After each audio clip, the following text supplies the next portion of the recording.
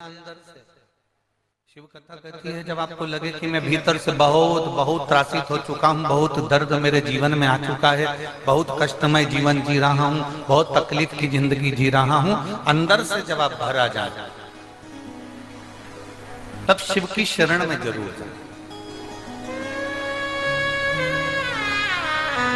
हमें ये बादलों से सीखना चाहिए, हम ये बादलों से सीखें।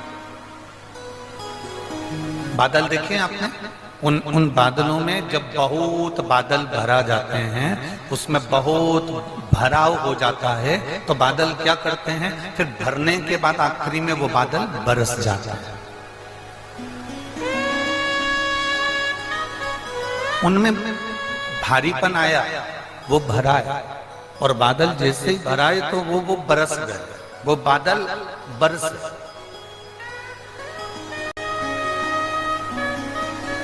जहां बादल में भराव आया तो वो बरस जाते हैं।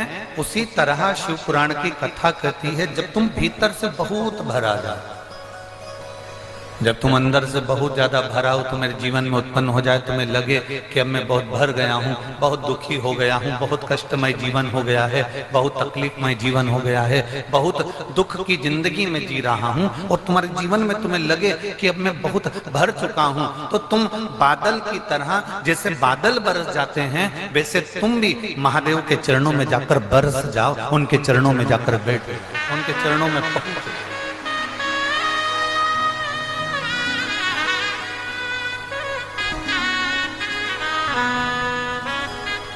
शंभो शरणे पड़ी मांगो घड़ी घड़ी, दुख काटो दया करी निदर्शन दो। शंभो शरण पड़ी मांगो घड़ी रे घड़ी, दुख काटो दया करी दर्शन दो। बादल भरा जाते हैं तो बरस जाते हैं। आप जब भरा जाए, आपको लग रहा हो कि अब मैं बहुत भर चुकी हूँ, बहुत तकलीफें मेरी जिंदगी में चल रही है, मैं बहुत भरा चुकी हूँ, तब शिव की शरण तब भगवान शंकर की शरण। एक बहुत सुंदर बात आती है।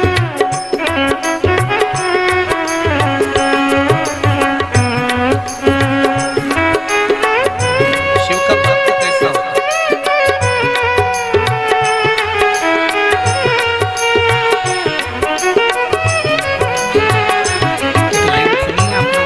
जितने टीवी पर कथा सुन रहे हैं, जितने आस्था चैनल पर कथा सुन रहे हैं, जितने फेसबुक यूट्यूब पर कथा सुन रहे हैं, और जितने इस जमशेदपुर झारखंड की पवित्र भूमि पर कथा सुन रहे हैं,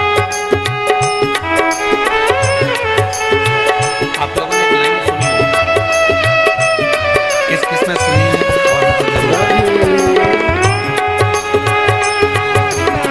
भूखे को भोजन, प्यासे को पानी, जय बाबा सुना है आप लोग? किस किस ने सुना? सबने सुना। फिर से बोले, भूखे को भोजन, प्यासे को पानी, जय बाबा। बाबा बरसाने मतलब अमरनाथ भगवान शंकर, कैलाशी, अविनाशी, पतालेश्वर बाबा, फिर से राधा जितनी भूखे को ताना के लिए, राधा रोई काना के लिए, जितनी रोई काना के लिए, राधा जितनी रोई काना के लिए, कन्हैया ना रोया रोया है सुदामा के लिए, कन्हैया रोया रोया है सुदामा के लिए, कन्हैया उतना रोया रोया सुभद्रा माँ के, कन्हैया उतना रोया रोया सुदामा के लिए। कन्हैया उतना रोया लड़के सुदामा के लिए। कन्हैया उतना रोया रोया सुदामा के लिए। महादेव है। उसके हाथ में रुद्राक्ष कर बैठ गया। हमने पहले ही कहा था खड़े ही मत हो। धर्म बदल लिया था तो दूसरे को लगा था, उसने माला भी पहन ली, उसने तिलक भी लगा लिया, पर उसने एक बेटी के साथ में गलत किया। बैठ जा बैठ जा। आप जरा बहुत सावधानी से समझने की कथा है पतालेश्वर शिव महापुराण की। तुम्हारे भी पाँव में चक्री लगी है, बहुत सावधानी से समझना है। बहुत ध्यान। ऐसा लगता है ना कि बस भजन चालू हुआ, हमें लगता है शंकर भगवान तुम्हारे चाबी भर देते। तिलक लगा लोगे तो क्या उससे तुम शिव जी के भक्त बन सकते हो? हमें तो लगता था कि हमारे महाराष्ट्र के, छत्तीसगढ़ के, मध्य प्रदेश के, राजस्थान के, उत्तर प्रदेश के, पंजाब के, हरियाणा के और जम्मू कश्मीर के लोग बहुत भजन में नृत्य करते हैं, पर आज मालूम पड़ गया कि झारखंड भी कम नहीं पड़ता है। शिव जी के भक्त बन जाओ, ये क्या हो गया हो? झारखंड भी कम नहीं पड़ रहा है, झारखंड कम मिक्स।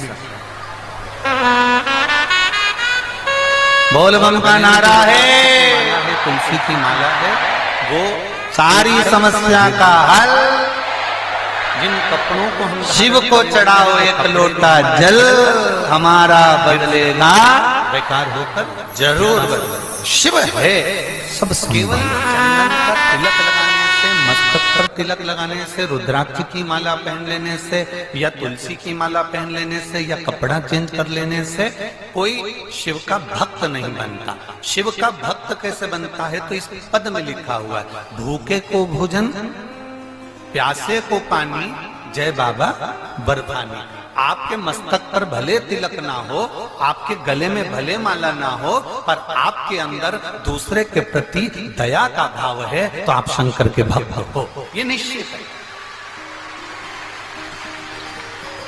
आप किसी भूखे को भोजन करा रहे हैं, आप किसी प्यासे को पानी पिला रहे हैं, आप किसी के दवाई का खर्चा उठा रहे हैं, किसी को रोग हो गया उसकी बीमारी का खर्चा उठा लिया, किसी को पढ़ना है और उसको बहुत आगे बढ़ना है, उसके पास एजुकेशन का धन नहीं है, पढ़ने का पैसा नहीं है, आपने किसी बच्चे को पढ़ा दिया, तो ये आपने जो सत्कर्म करा है, ये शंकर के भक्त की निशानी है।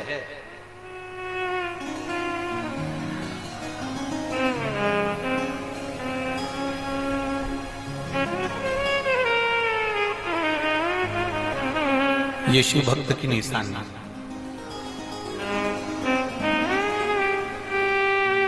बहुत शिव महापुराणों को लोगों ने हल्के में लिया है। आप लोगों से भी कहेंगे भगवान शंकर की कथा को कभी हल्के में मत लो। लोगों ने शंकर भगवान की कथा को बिल्कुल हल्के में लिया, बहुत हल्के में। आज के जमाने में जो भागवत कथा का स्मरण करते थे वो भी शिव कथा को स्मरण कर रहे हैं। जो भागवत कथा बाचा करते वो भी शिव कथा को बाच रहे हैं। कारण क्योंकि उन्होंने सोच लिया कि शिव महापुराण की कथा ज्यादा चल रही है तो अपन बाचना प्रारंभ कर दे। ना ना ना, शिव महापुराण की कथा बाचने से पहले तुम्हें भीतर से शंकर के एक एक तत्व को, शिव तत्व को अपने भीतर लेना पड़ेगा, तब तुम शंकर की कथा का वाचन कर पाओगे, तब तुम शिव को बाच पाओगे।